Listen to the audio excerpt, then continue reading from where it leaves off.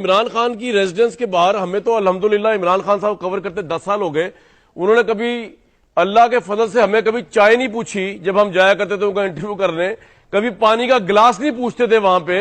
ایک دفعہ غلطی سے میں اپنی کافی لے گیا, ان کا انٹرویو ہو رہا تھا, عمران سمجھے کہ ان کے سٹاف نے ان کے لیے رکھی ہوئی ہے تو انہوں نے اٹھا کے وہی پینی. میں نے کہا بھائی یہ میری ہے, آپ تو کبھی کسی کو جھوٹے منہ پوچھتے ہی نہیں.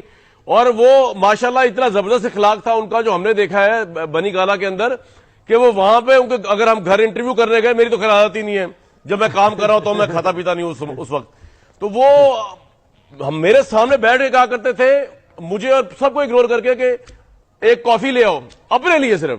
تو میرے بھائی یہ کس طرح, یہ کیا ہوا, یہ ریل پیل کس طرح ہو گئی؟ ایک منٹ پہلے میں پورا منظر کھینچ دوں.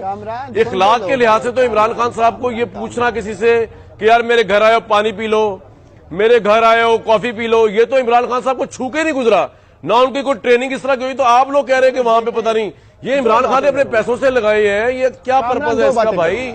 یہ جو تکے مل رہے ہیں, کیا عمران خان صاحب کی گرفتاری سے بچنے کے لیے جشن کریٹ کیا؟ میرے بھائی جب پولیس آئے گی نا, انہوں نے رونتے ہوئے آ جانا, آپ ضمانتیں کرا کے رکھے. میرا یہ